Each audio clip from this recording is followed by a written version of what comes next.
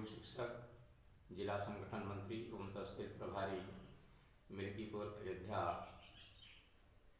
से संबंधित हूँ और वर्तमान समय में राम वल्लभ इंटर कॉलेज जोड़ी पर मैं योग शिक्षक के रूप में माननीय प्रधानाचार्य श्री आलोक कुमार तिवारी जी के सौजन्य से कार्यरत हूँ। जैसा कि हमारा देश विषम परिस्थितियों अर्थात महामारी से गुजर रहा है, इस महामारी से शांति के लिए ये बताया गया है कि इससे हम कैसे दूर रहें। मुख्य चीज़ हमारे यहाँ इस समय टेलीविज़न में, रेडियो में यह आ रहा है कि योग कीजिए। योग तो क्या है, सर्वप्रथम आप ये जानिए कि मन चित्त बुद्धि निरोधा इति योगा, यानी मन को चित्त बुद्धि को रोकना ही सबसे बड़ा योग है। कर्म करने के प्रकार की विशेष विधि को ही हम योग कहते हैं।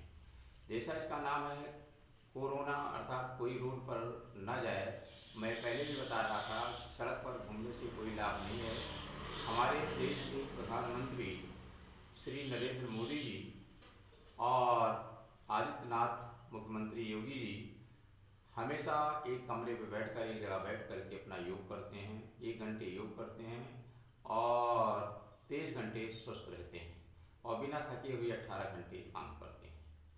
तो योग में ये है कि अगर हम अपने नित्य क्रिया से, नित्य नियम से जोड़ लेंगे तो हम स्वस्थ रहेंगे।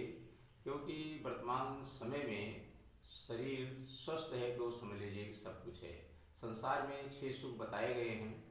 प्रथम सुख निरोगी काया, दूसरा सुख धन और माया, तीसरा सुख सुशीला नारी, चौथा सुख पुत्राज्ञाकारी, 5वां सुख निज गृह वासा, 6ठा सुख पड़ोस का वासा। अर्थात ये 6 सुख हैं जिनमें सर्वप्रथम स्वास्थ्य के विषय में बताया गया है। हेल्थ इज वेल्थ, स्वास्थ्य धन है।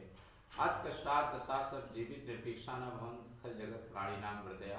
अत्यंत कष्ट दशा होते हुए भी जीने के प्रति कोई उदासीन नहीं होता है। अर्थात यदि मनुष्य को जीना है तो निश्चित है अपना जीवन का अर्थ क्या है। जी माने जियो, मन माने 1 नंबर का, अर्थात 1 नंबर का जीना ही वास्तव में जीवन है। हम सभी भारतवासी इस कोरोना जैसी बीमारी को दूर करने के लिए, इससे दूर रहने के लिए हम एक उपाय करें, योग करें। और वर्तमान समय में बड़ी परिस्थिति ऐसी आ गई है कि हम लोग अपने घर में रह रहे हैं। इतना सुंदर समय अब हम लोगों को दोबारा नहीं होगा। अभी तो ये संकेत है, अभी तो ये लड़ाई है, आगे वो लड़ाई है। महाकवि सूरदास कबीर के बाद आए थे, उन्होंने कहा दिया था कि रे मन धीरज क्यों न धरे, संवत 2000 के ऊपर ऐसा योग करे, पूरब पश्चिम उत्तर दक्षिण 14 काल फिरे, अकाल मृत जग माही व्यापे, प्रजा बहुत मरे, स्वर्ण फूलधन पृथ्वी फूले, धर्म की बेल बढ़े, काल जाल से वही बचेगा जो प्रभु का गुरु का ध्यान करे, सहस्त्र वर्ष लग सज्जु व्यापे, हर की बेल बढ़े, सूरदास हर की लीला टारे ना डरे। सूरदास 1478 में पैदा हुए, उस समय इन्होंने भविष्यवाणी कर दिया था। ये बीमारी 1820 में आई थी इसी तरह की, 1920 में और 2020 में आ गई है।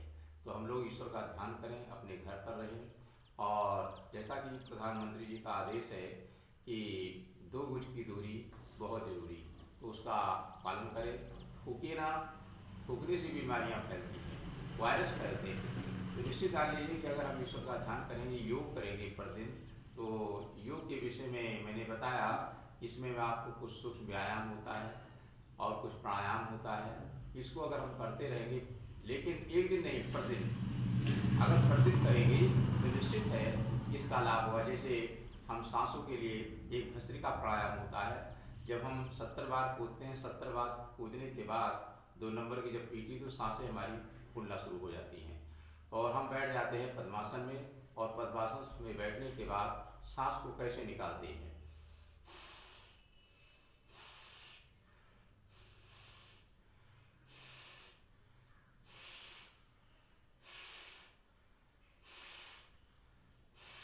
इसको कहते हैं भस्त्रिका। भस्त्रिका करने से हमारे शरीर में जो वायरस होते हैं, जो बीमारियां, वो बिल्कुल दूर हो जाती है। इसके बाद दूसरा नंबर आता है हमारे यहाँ कपालभाति। सड़क पर आप कितना भी दौड़ लगा लें, सब कुछ हो, मोटापा कम नहीं होगा। इसके लिए